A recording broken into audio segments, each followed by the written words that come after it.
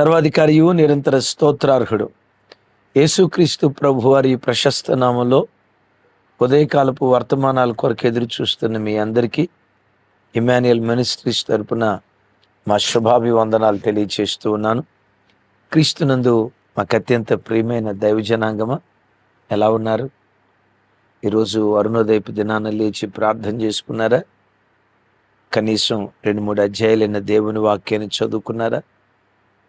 గడిచిన రాత్రి కుటుంబంలో తమ్ముడు చెల్లి మిమ్మల్ని గడిచిన రాత్రి కుటుంబంలో కుటుంబ ప్రార్థన జరిగిందా? కుటుంబ సమేతంగా ప్రతిరోజు రాత్రి కుటుంబ ప్రార్థన చేసుకుంటున్నారా? ఓ భక్తుడు అంటారు, కలిసి ప్రార్థించుకునే కుటుంబాలు కలిసి బ్రతకటానికి దేవుడు కృప చూపిస్తాడు అని.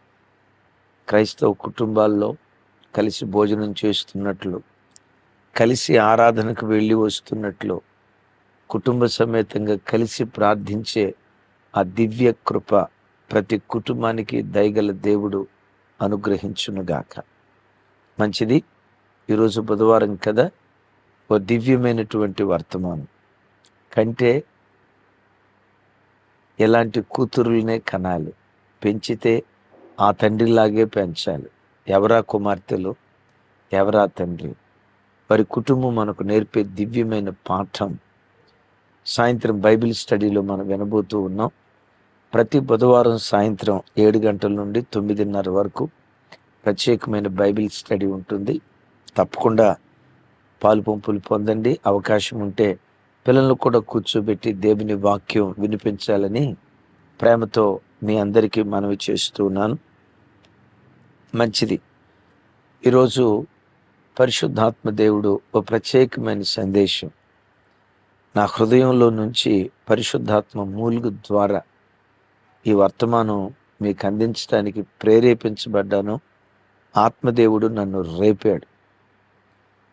పరిశుద్ధాత్ముడు నా హృదయంలో ఉండి మాట్లాడుతున్న మాట, ఎన్నో కుటుంబాలు భార్యాభర్తలుగా కలిసి బ్రతుకుతున్నారు, కానీ పిల్లలు తల్లిదండ్రులుగా ఒకే కప్పు కింద జీవిస్తున్నారు, కానీ ఎన్నో కుటుంబాల్లో సమాధానం కరువైపోయిందని.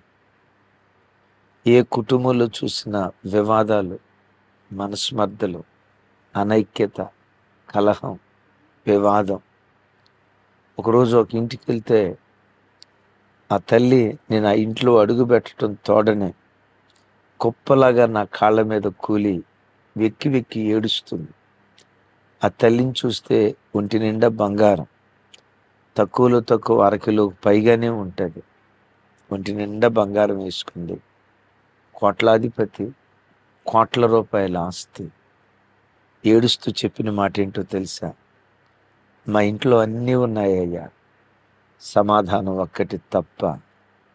ఏసీలు ఉన్నాయి, గది గదికి ఏసీలు ఉన్నాయి, కూలర్లు ఉన్నాయి, కోట్ల రూపాయలకు పడగెత్తిన వాళ్ళు. నేను నా భర్త ప్రేమగా మాట్లాడుకుని ఎంతకాలం అవుతుందోనయ్యా. నా పిల్లలు నన్ను అమ్మ అని పిలవరు, వాళ్ళ నాన్నను పట్టుకొని డాడీ అని పిలవరు, సింగులర్గా మాట్లాడతారు.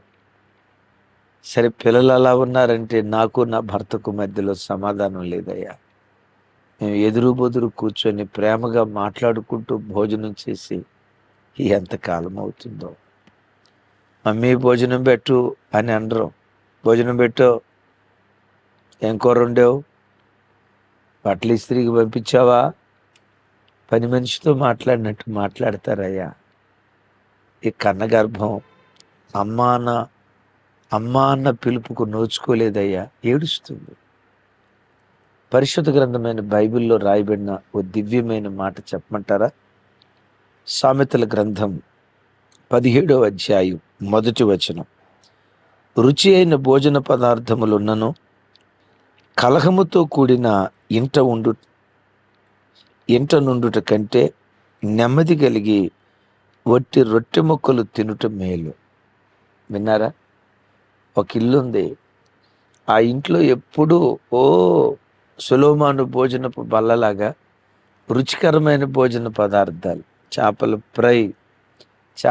ఫ్రై, పీతల ఫ్రై, నాటుకోడి, కప్ప బిర్యానీ, కుక్క బిర్యానీ, నక్క బిర్యానీ, అన్ని రకాల ఆకాశ పక్షులు మొదలుకొని నేల మీద ప్రాకే పురుగుల వరకు, నేల మీద సంచరించే 4 కాళ్ళ జంతువులు మొదలుకొని సముద్రంలో ఈదే చేపల వరకు సకల విధాలైన రుచికరమైన భోజనాలు ఉన్నాయి ఈ ఇంటిలో. వెరైటీ డిషెస్ ఉన్నాయి, కానీ ఇంట్లో సమాధానం లేదు. రెండో ఇల్లుందే, ఆ ఇంట్లో ఎండిపోయిన వట్టి రొట్టె ముక్కలు తప్ప కనీసం కూర గ్రేవీ కూడా లేదు. ఆ రొట్టెల్లో నంచుకోవటానికి కనీసం పచ్చడి కూడా లేదు. వట్టి రొట్టె ముక్కలు ఇంటిలో ఉన్నాయి. నా వైపు చూడండి, వట్టి రొట్టె ముక్కలు ఉన్నాయి నిజమే, కానీ ఆ ఇంటిలో నోటి మాటలతో చెప్పలేనంత సమాధానం ఉంది. మిమ్మల్ని అడుగుతా, ఈ రెండిళ్లలో ఏ ఇల్లు మీకు కావాలనుకుంటున్నారు? కోట్లకు పడగెత్తిన ఇల్లు, సమాధానం లేని బ్రతుకు కావాలనుకుంటున్నారా? రొట్టె ముక్కలున్నా పర్వాలేదా, కారపు మెతుకులు తిన్నా పర్వాలేదయ్యా, నెమ్మదిగా బ్రతికితే చాలు, అదే 10,000 అన్నట్లుగా ఉన్నారా? ఈ 2 కుటుంబాల్లో ఏ కుటుంబం కావాలో మీకు కింద కామెంట్ రాయండి. ఎన్నో కుటుంబాలు సమాధానం కరువై వివాదాలకు నిలయాలుగా కొన్ని కుటుంబాలు మారిపోతున్నాయి. తమ్ముడు, చెల్లి, మిమ్మల్ని ఒక మాట అడుగుతా, మీ భార్యాభర్తలు ఎలా ఉంటున్నారు? పిల్లలు మీతో సఖ్యంగా ఉంటున్నారా? అయిలారా, మీ భార్యాభర్తల మధ్యలో, తండ్రి పిల్లల మధ్యలో బంధాలు, అనుబంధాలు ఏ రీతిగా ఉన్నాయి? ఎడముఖం పెడముఖంగా ఉంటున్నారా? వివాదాల కారణంగా కుటుంబాలు ఉంటున్నాయా? ఓ మాట, కుటుంబాలలో వివాదాలు ఉంటే ఏం జరిగింది? ఈ వివాదాలకు కలిగిన కారణం ఏంటి? కలహాలు మన ఇంట్లోకి రాకుండా ఉండాలంటే ఏం చేయాలి? విన్నారా? కలహాలు ఒక ఇంటిలో ఉంటే ఏం జరిగింది? 3 మాటలు చెప్తాను. ఇదే 17వ అధ్యాయంలో భక్తుడు మాట్లాడుతూ ఇలా అంటాడు. చూడండి, 17వ అధ్యాయం 19వ వచనం. కలహప్రియుడు, దుర్మార్గప్రియుడు, తన వాకిండ్లు ఎత్తు చేయువాడు, నాశనము వెతుకువాడు. విన్నారా? కలహప్రియుడు.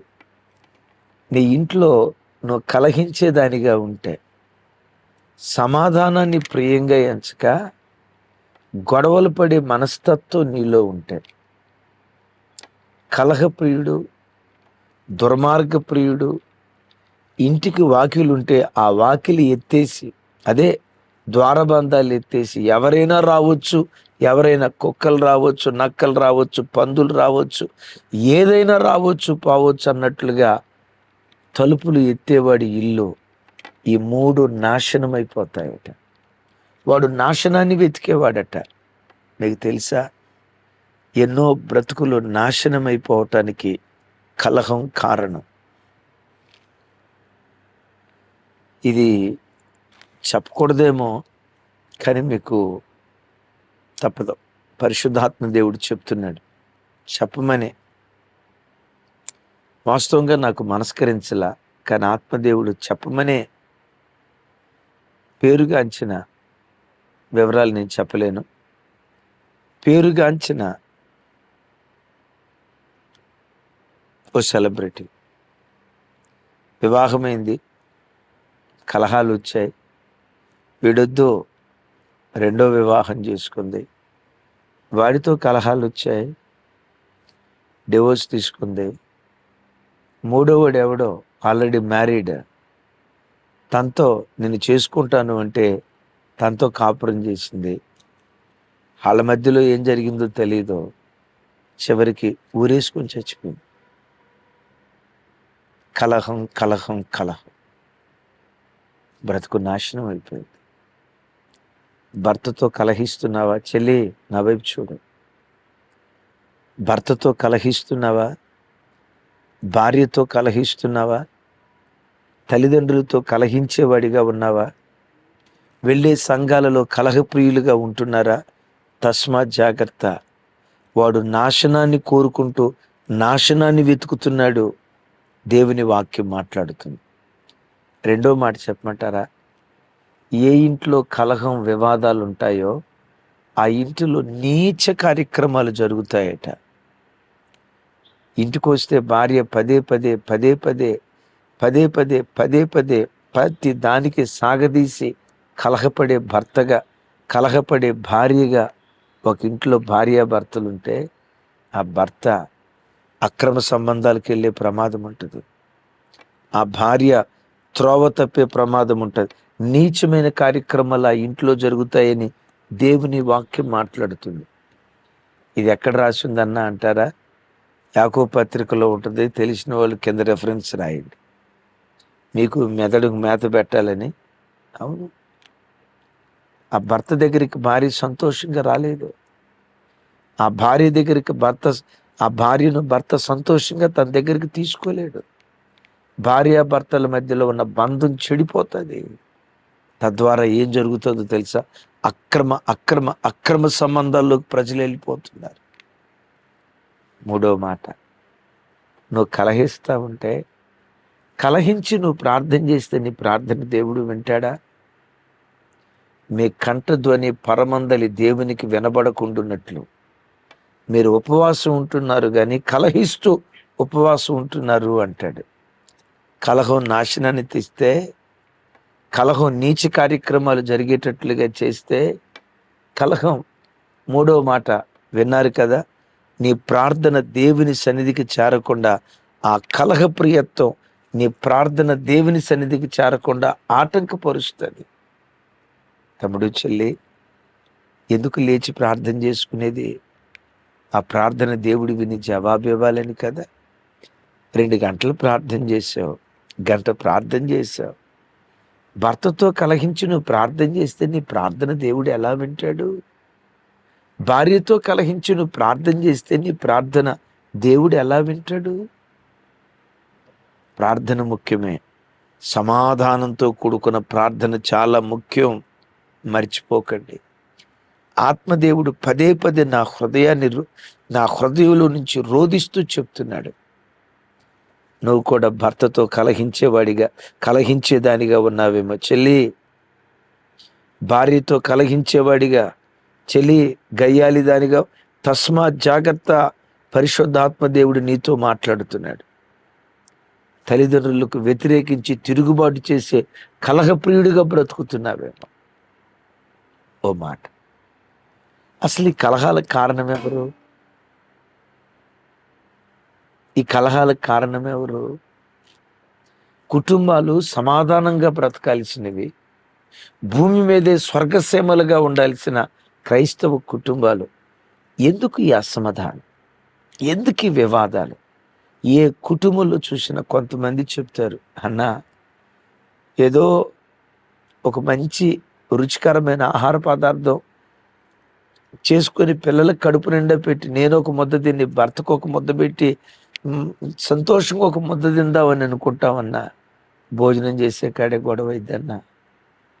ఎన్నోసార్లు ఆ ఎంగిలి ప్లేట్లు అట్లాగే పడేసి, ఆ అన్నం ప్లేట్లు అట్లాగే వదిలిపెట్టేసి ఏడ్చుకుంటా, ఆ రాత్రి అంతా ఏడ్చుకుంటా, పడగదిలోకి వెళ్ళి ఏడ్చుకుంటా పండుకున్న దినాలు ఉన్నాయి. కొంతమంది భర్తలు చెప్తారు, ఇంటికి వస్తే గయ్యాలదన్నా, ఎప్పుడు సాగదేస్తుందన్నా. ఇంట్లో నుంచి బయటికి వెళ్ళేటప్పుడు నేను అనుకుంటా, పగలనేది 12 గంటలు కాకుండా పగలు 24 గంటలు ఉంటే బాగుండేది కదా. మరలా రాత్రి ఇంటికి వెళ్ళాలా? ఆ గయ్యాల దాని ముఖం చూడాలా? నా ఇల్లే నాకు ఒక నరకం అన్నా. ఎందుకు అసలు ఈ కలహాలన్నీ కుటుంబాల్లో జరగటానికి కారణం ఏంటి? తమ్ముడు, చెల్లి, దేవుని వాక్యపు లోతుల్లో మీరు వినండి. మీరు అంటారు, మా ఆవిడ నోరు పెద్దది అందుకని నా ఇంట్లో ఈ సమాధానం లేదు, మా ఆయన అట్టటోడు అందుకని మా ఇంట్లో సమాధానం లేదు అని రకరకాలుగా అనుకుంటారు. వాటిలో కొంత వాస్తవం ఉండొచ్చేమో, నేను కాదనను. కానీ మన కుటుంబాల్లో సమాధానం లేకుండా అసమాధానంతో రగిలిపోవటానికి కారణం శత్రువైన సాతాను. దేవుని వాక్యం అంటుంది. ప్రకటన గ్రంథంలో చూస్తాం కదా, ఒకరిని ఒకడు చంపుకొనున్నట్లు భూమి మీద సమాధానం లేకుండా చేయనట్లుగా ఎర్రని గుర్రం ఎక్కిన ఒకడు చేతిలో ఖడ్గాన్ని పట్టుకుని తిరుగుతున్నాడట లోకమంతా. ఎవడు వాడు? శత్రువైన సాతాను. వాడి మొట్టమొదటి లక్షణం ఏంటో తెలుసా? వాడి మొట్టమొదటి పని ఏంటో తెలుసా? ఒకరినొకడు చంపుకునేటట్లుగా చేయాలి కదా. ఎక్కడ చూసిన నరహత్యలను గూర్చిన వార్త వింటున్నాగా.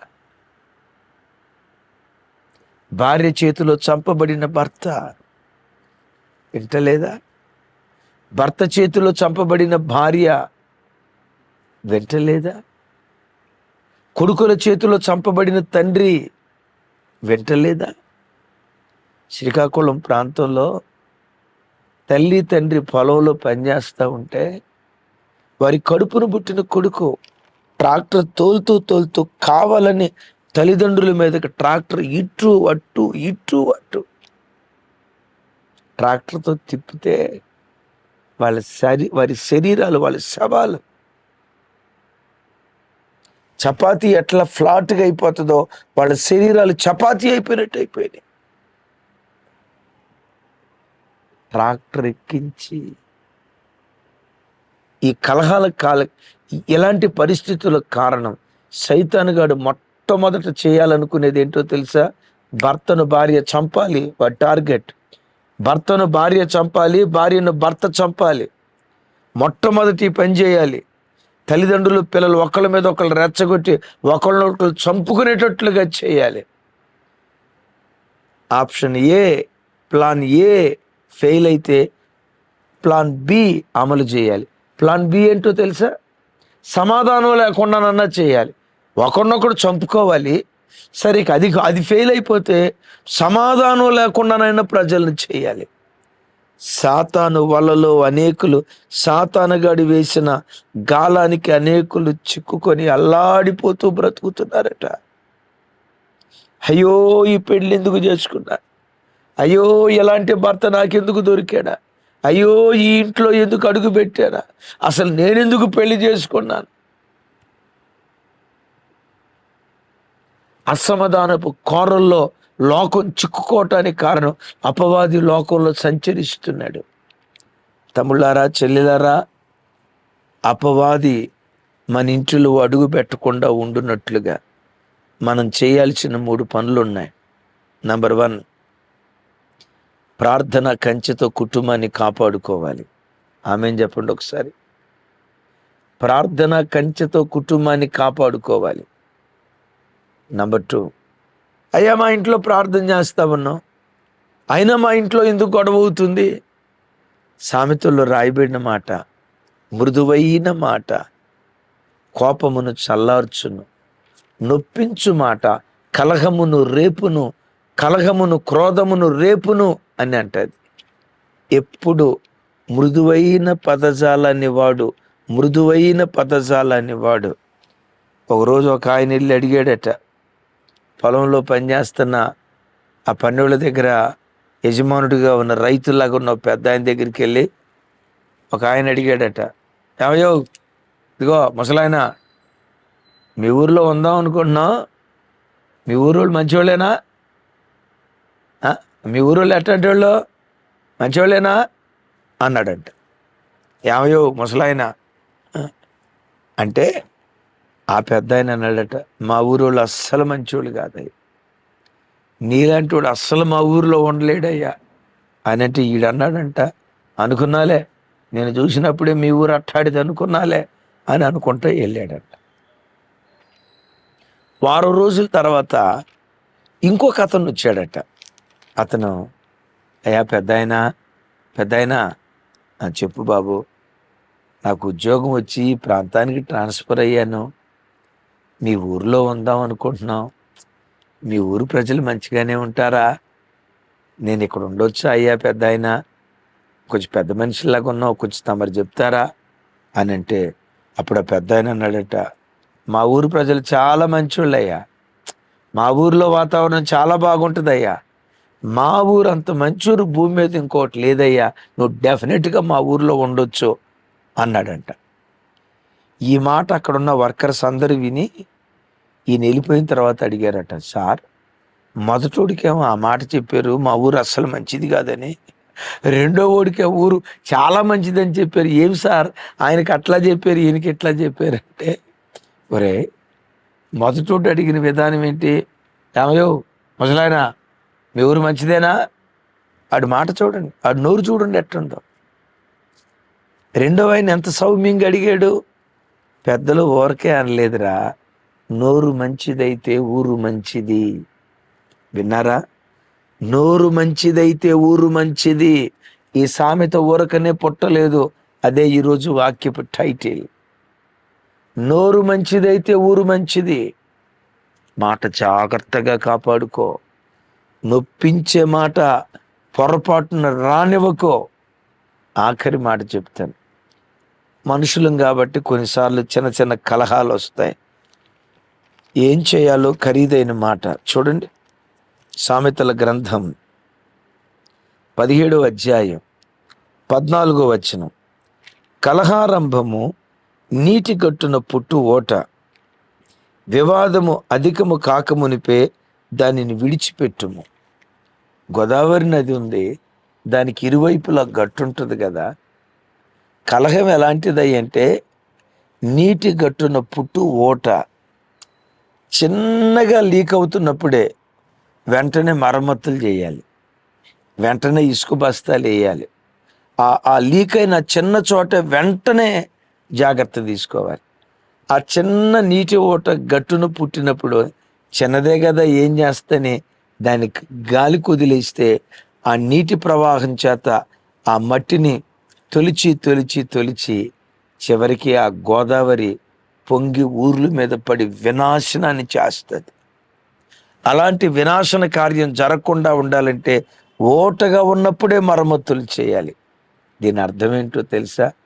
గొడవ ప్రారంభం కాబోతుందంటే వెంటనే వివాదాన్ని విడిచిపెట్టి పక్కెళ్ళిపోవాలి. చాలాసార్లు చెప్పా, మన చర్చికి వచ్చే ఇద్దరు భార్యాభర్తలు వివాహమై 25 సంవత్సరాల తర్వాత ప్రార్థన చేయించుకోవటానికి వచ్చారు. నేను సరదాగా అడిగా, అన్నా మీ పెండ్లై 25 సంవత్సరాలు అవుతుంది కదా, ఎన్నిసార్లు కొట్లాడుకున్నారు మీ కాపురంలో అన్న. ఆయన పకాపకా నవ్వుతూ, దేవుని మహా గొప్ప కృపను బట్టి ఒక్కసారి కూడా మేము కొట్లాడుకోలేదన్న. నేను సరదాగా అడిగా, అక్క అలిగి సూట్ కేసు తీసుకొని పుట్టింటికి ఎన్నిసార్లు వెళ్ళిందన్న. దేవుని మహా గొప్ప కృపను బట్టి ఒక్కసారి కూడా వెళ్ళలేదన్న అన్నాడు. నేను అన్నా, మీకు కోపాలు రాలేదా? కోపాలు రాకుండా ఎట్లుంటాయన్నా? కోపం మనిషి అన్న తర్వాత కోపం ఉంటుంది, కానీ కోపం ఉంది కానీ కోపాలు వచ్చింది కానీ మేము కొట్లాడుకోలేదు అన్నాడు. ఏంటంటే ఆ రహస్యం ఏంటో చెప్తావా? ఏమి లేదన్నా, నేను ఎప్పుడైనా గుడ్లు ఎర్ర చేసి పళ్ళు పొటపొటమని గురుగుతా కోపంతో మాట్లాడితే నా భార్య నా ఎదుట నిలవబడదన్నా. ఆహా, వెంటనే కిచెన్లోకి పరిగెత్తిద్దన్నా, బట్టలారేయటానికి బాల్కనీ మీదకి వెళ్ళిపోద్దన్నా, ఇక అది కూడా కదా కుదరకపోతే కిందకి వెళ్ళిపోద్దన్నా, ఒక్క 5 నిమిషాలు ముఖం చాటేసిద్దన్నా. మనిషి ఏదో కోపంగా ఉన్నట్టున్నాడు, ఏదో ఆవేశంగా మాట్లాడుతున్నాడు. ఈ టైంలో మాటకు మాట, ఏమండి మంటలో మంటలో నువ్వు పెట్రోల్ పోస్తే బొగ్గుమంటదిగా, అదే నీళ్లు పోస్తే చెప్పండి, అదే నీళ్లు పోస్తే. కొంతమంది స్త్రీలు ఏం చేస్తారు తెలుసా? నువ్వు 1 అంటే నేను 10 అంట, నేను ఎందుకు తగ్గుతా? నా సెల్ఫ్ రెస్పెక్ట్ ఏం చేసుకోవాలా? ఆ సెల్ఫ్ రెస్పెక్ట్ అనే కుటుంబాలు నాశనం అయిపోతుంది. కొంతమంది రెచ్చగొడతారు. భర్త కోపంతో ఉన్నప్పుడే ప్లేడరమ్మలు లాయరమ్మలు అవుతారు. ఆయన అన్నాడు, నేను కోపంగా ఉన్నానంటే భార్య ఎదురుండదన్న, పక్కెళ్ళిపోద్ది. వివాదం అధికం కాకమునిపి విడిచిపెడుతుందట తల్లి. నేను అన్న కోపం నీకు ఒక్కడికేనా, సిస్టర్కి లేదా అన్న. పక్క నవ్వుతా ఏమన్నాడు తెలుసా? దానికి కోపం లేకపోవటం ఏంటన్నా, దానికి అసలే బీపీ అన్నాడు. దానికి కోపం లేకపోవటం ఏంటన్నా, దానికి అసలే బీపీ అన్నాడు.